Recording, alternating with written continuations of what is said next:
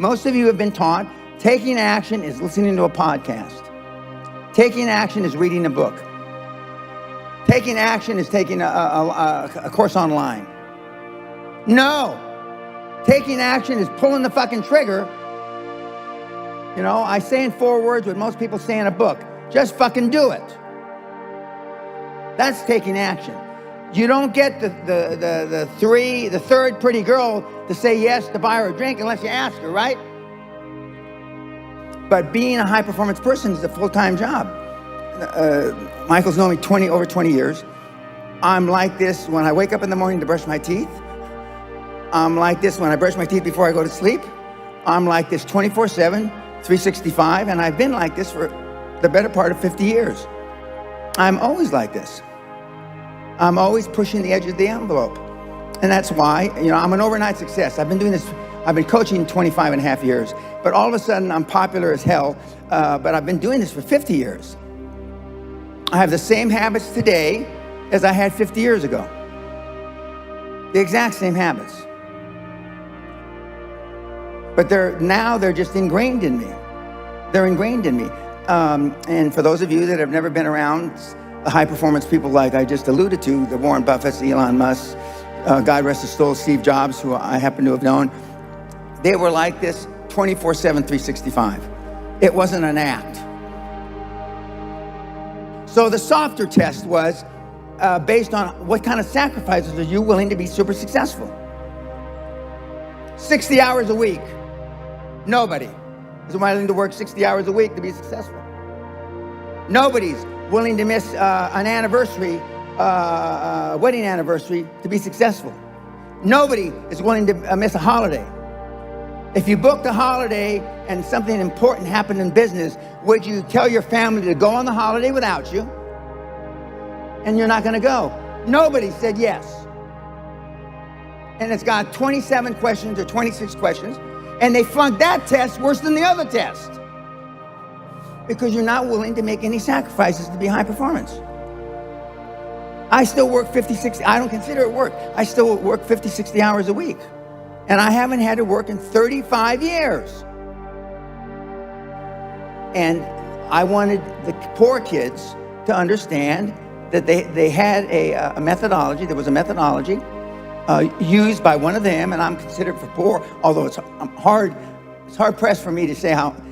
They don't believe that I'm poor now, but I mean that was once poor and got in a lot of trouble. You can do it if you want to do it bad enough. The operative part of that little description is if you want it bad enough. Muhammad Ali, which used to be Cassius Clay, the great fighter, arguably one of the greatest fighters ever, he was talking shit since he's 14, 15 years old. I'm the greatest. Before he ever had a professional fight. In athletics, it's more accepted to talk shit. Okay?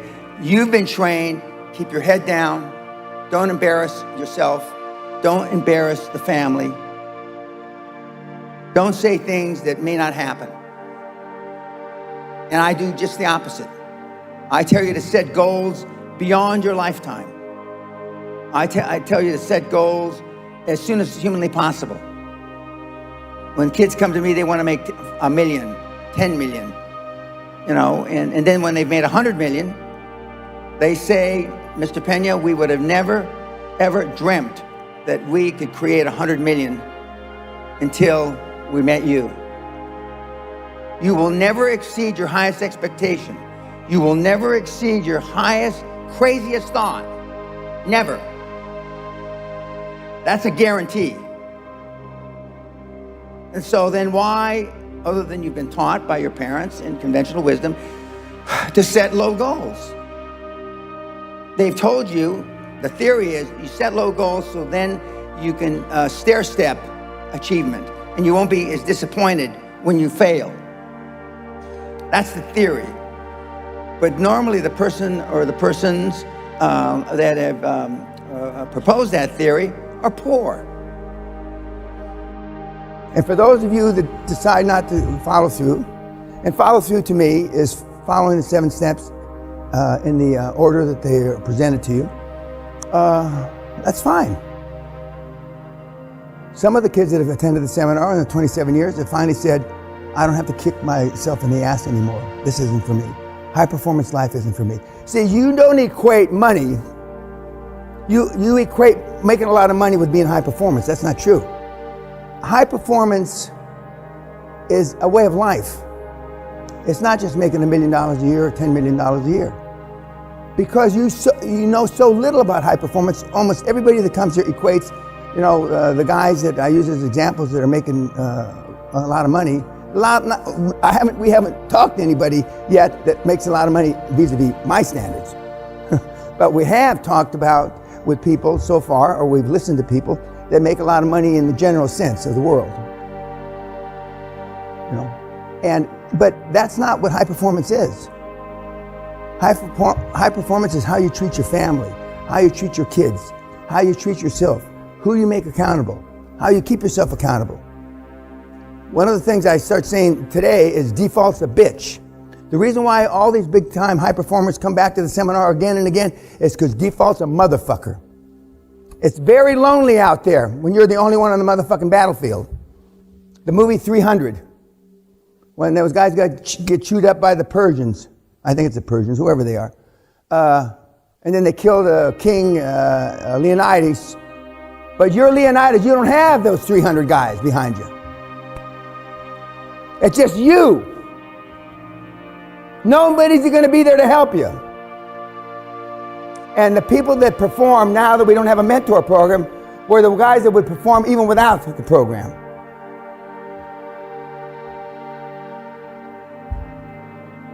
Being a high performance player is a way of life in everything you do, not just because you're going to make a few $1 million right away. And it's, a year to me to make a few $1 million is right away. Some of you kids have done it almost overnight, in a few weeks. You make $70 million in 7 months, That's not right away, but it kind of sounds like right away, doesn't it? It's better than a poke in the eye with a fucking sharp stick. I didn't know growing up that I was a high performance person. I wasn't. I had the alpha male background from my father, but because I lived in the barrio as a young man, I didn't know, and this is the true story, I didn't know how many zeros was in a million. I had never heard the word million until I was a young second lieutenant army officer in the officers club overseas, and I walked in and they were all drinking. They drank a lot anyway, but they were drinking and they looked like free drinks at the bar, And I asked another guy, a buddy of mine who was a captain, and I said, John, what are they doing? He says, Harry just inherited $1,400,000. He was another young officer. And I said, could you write that down? And he wrote it down on a napkin. 1,4. That's the first time I ever saw what a million was. I was 22 years old. I never heard the word million, pass anybody's lips in the hood. Never. Now the hood gangsters, they talk about millions and but not then. And so we drank up, and during that same time frame, I was at I won an award, which is pretty funny. It was about an IBM award. I came up with an idea to save the Army about $3 million over 10 years. I don't really remember how I did it, but I came up with some idea because I didn't know anything about computers in those days. And I was getting an award. And the two-star general, Woodrow Vaughn, was standing at the bar, and he says, Danny, you should buy the drinks. And I said, why, General? Because, I didn't say why I bought the drinks. Then I asked him why, because you don't ask a general why when he tells you to do something. And he said, because you got that award. And I said, I got a $50 war bond. If I kept it 25 years, it was worth $50. But right now, it was worth $6.75. I saved the government $3 million. They gave me $6.75. And he said, you ought to consider civilian life because a guy like you could make a fortune in the civilian life. And a light bulb went off over my head. I remember the moment. I still get chills talking about it. Wealth, civilian. Because I had just signed up to be a regular Army officer. I was going to be a career officer. And I was out of the Army in 6 months. And the $1,400,000, the 2-star general who ultimately became a 3-star general, saying that you could get wealthy in the civilian life, and the rest is history. I came out, and that was the first high-performance thing I ever did, was become an officer. So since I'm about 20, I've been a high-performance person, and and nothing's changed.